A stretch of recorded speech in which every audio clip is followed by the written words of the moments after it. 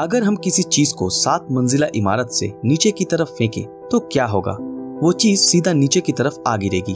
क्या आपको पता है कि इसका इन्वेंशन किसने किया था? इस महान साइंटिस्ट का नाम था एरिस्टोटल। उन्होंने बोला था कि अगर हम 2 अलग चीजों को ऊपर से नीचे की तरफ फेंकेंगे तो जिसका वेट ज्यादा होगा वो पहले नीचे की तरफ आ गिरेगा। इसके अलावा भी उनको फिलॉसफी, जूलॉजी, फिजिक्स, पॉलिटिक्स में भी बहुत ज्ञान था। लेकिन इस महान साइंटिस्ट की इस बात को एक साइंटिस्ट ने गलत साबित कर दिया था। तो दोस्तों, आज हम इस वीडियो में इसी साइंटिस्ट के बारे में बात करने वाले हैं जिसने एरिस्टोटल को गलत साबित कर दिया था। एरिस्टोटल का जन्म 384 बीसी में हुआ था, जिन्होंने बोला था कि अगर हम 2 अलग चीजों को ऊपर से नीचे की तरफ फेंकेंगे तो जिसका वेट ज्यादा होगा वो पहले नीचे आ गिरेगा। इस बात को 2000 सालों तक पूरी दुनिया सही मानती थी। इसके बाद जन्म हुआ एक महान फिजिसिस्ट जिसका नाम गैलीलियो गैलीली था, जिनका जन्म हुआ था 15 फरवरी 1564 में इटली के पिसा शहर में। गैलीलियो एक फिजिसिस्ट, फिलोसोफर, एस्ट्रोनॉमर और मैथमेटिशियन भी थे। 1581 इस साल जब उनकी उम्र 17 साल की थी, तब एक दिन गैलीलियो जब चर्च में प्रेयर के बाद बैठे हुए थे, तब उन्होंने देखा चर्च के ऊपर एक झूमर जो कॉन्स्टेंटली हिल रहा था। थोड़ी देर के बाद हवा जब और जोर से चलने लगी, तब झूमर और भी जोरों से हिलने लगा। इसके बाद उन्होंने अपने नर्व्स की पल्स के साथ उस झूमर के दोलन की टाइमिंग को चेक किया। बाद में जब हवा कम होने लगी और दोलन कम होता गया, तब फिर से अपनी पल्स को गैलीलियो ने चेक किया और वो हैरान रह गए, क्योंकि दोलन छोटा होने के साथ साथ टाइम भी कम होना चाहिए था, लेकिन टाइम तो कम नहीं हुआ, टाइम तो एक ही था। इसके बाद गैलीलियो घर लौटे और खुद से ये टेस्ट करने की ठान ली। इसलिए उन्होंने बहुत सारे लोहे और शीशे के बॉल लिए और रस्सी के साथ बांधकर बहुत सारे पेंडुलम तैयार किए और अपने दोस्तों के साथ मिलकर टेस्ट करने लगे। जिसके बाद उन्होंने देखा सारे पेंडुलम का समय एक ही आ रहा था।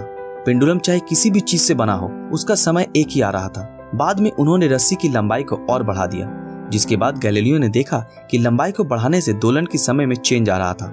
इसका मतलब समय लंबाई के साथ आनुपातिक है।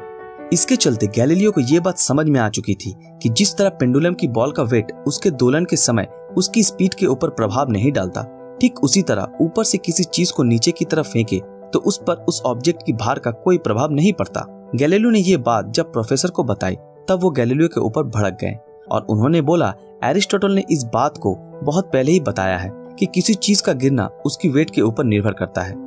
इसके बाद गैलीलियो ने बहुत सारे टेस्ट किए और इस नतीजे पे पहुंचे कि अगर हम 2 अलग अलग चीजों को वाइंडलेस जगह पर एक साथ छोड़ेंगे तो दोनों ही चीजें एक ही समय पर नीचे आ गिरेंगी, चाहे उस चीज का वेट जो भी हो। इस बात को साबित करने के लिए गैलीलियो ने पिसा की मीनार के ऊपर से 2 अलग चीजों को रस्सी के सहारे बांधकर नीचे फेंका और दोनों ही एक साथ नीचे गिरे। लेकिन कुछ हिस्टोरियन का मानना है कि इस टेस्ट को करने के बारे में गैलीलियो ने सिर्फ सोचा ही था, कभी किया नहीं। और कुछ राइटर्स ने इसके बारे में अपनी बुक्स में भी लिखा था, जो उस समय गैलीलियो के बारे में लिखी गई थी। तो दोस्तों, आपको इस बारे में क्या लगता है? गैलीलियो ने झूमर की दोलन के टाइम को मापने के लिए अपने नर्व का इस्तेमाल किया था, क्योंकि उस समय घड़ी नहीं थी। बाद में गैलीलियो जब पेंडुलम बनाकर उसको टेस्ट कर रहे थे, तब समय को मापने के लिए उन्हें घड़ी बनाने के बारे में आइडिया आया, ताकि बाद में टेस्ट के समय दोलन को मापने के लिए नर्व का इस्तेमाल ना करना पड़े। इसके चलते गैलीलियो ने घड़ी बनाने की बहुत कोशिश की, लेकिन वो बना नहीं पाए।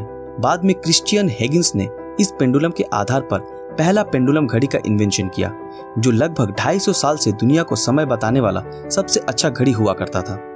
गैलीलियो गैलीली को 1609 में टेलीस्कोप के बारे में पता चला, तब उन्होंने खुद का टेलीस्कोप बनाया। बाद में गैलीलियो ने उसमें बहुत ज्यादा सुधार भी किए। गैलीलियो ने टेलीस्कोप का इन्वेंशन तो नहीं किया, लेकिन वो पहले इंसान थे जिसने किसी ऑप्टिकल इंस्ट्रूमेंट का इस्तेमाल करके यूनिवर्स को स्टडी किया था। गैलीलियो ने बोला था कि हमारे सोलर सिस्टम के मिडिल में सूरज है और सारे ग्रह सूरज का चक्कर लगाते हैं। ये बात पहले निकोलस कोपरनिकस ने भी कही थी, लेकिन किसी ने उनकी बात नहीं मानी। इसी बात को जब गैलीलियो ने बोला, तब उस समय के एस्ट्रोनॉमर्स ने इस बात को गलत बताया, जिसके चलते 1615 में इस बात को रोमन कैथोलिक चर्च ने जांच की और गैलीलियो की इस थ्योरी को गलत बताया गया, क्योंकि ये थ्योरी बाइबल के बताए गए कुछ बातों का खंडन करते थे। जिसके चलते गैलीलियो को दोषी माना गया और उनको मजबूर किया गया कि वो सबको ये बताए कि उनकी ये थ्योरी गलत है। इसलिए उनको उम्र कैद की सजा भी दी गई, बाद में जिसको हाउस अरेस्ट में बदल दिया गया। इसके चलते 1638 में गैलीलियो की आंखों की रोशनी पूरी तरह से चली गई। इसके सिर्फ 4 साल बाद यानी 8 जनवरी 1642 में इस महान फिजिसिस्ट का देहांत हो गया। गैलीलियो गैलीली उस समय के एक महान फिजिसिस्ट थे।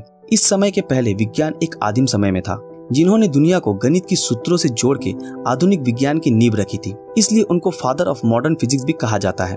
जिन्होंने इस दुनिया को मॉडर्न साइंस के ऊपर बहुत सारे बुक्स भी दिए, लेकिन इस बुक्स को कभी पब्लिश नहीं कर पाए। गैलीलियो के मरने के बाद भी 350 सालों तक उनके ऊपर बैन रहा। बाद में साल 1992 में कैथोलिक चर्च के पोप जॉन पॉल ने माना कि गैलीलियो की बात सही थी और चर्च ने उस समय गलती की थी। आज के लिए बस इतना ही। हम उम्मीद करते हैं आज की हमारी ये वीडियो आप लोगों को पसंद आई हो। दोस्तों, इस वीडियो के बारे में आपकी क्या राय है हमें कमेंट करके जरूर बताएं। अगर आप ऐसे ही रोमांचक वीडियो देखना चाहते हो, हमारे इस चैनल को सब्सक्राइब करके बेल आइकन ऑन कर दें।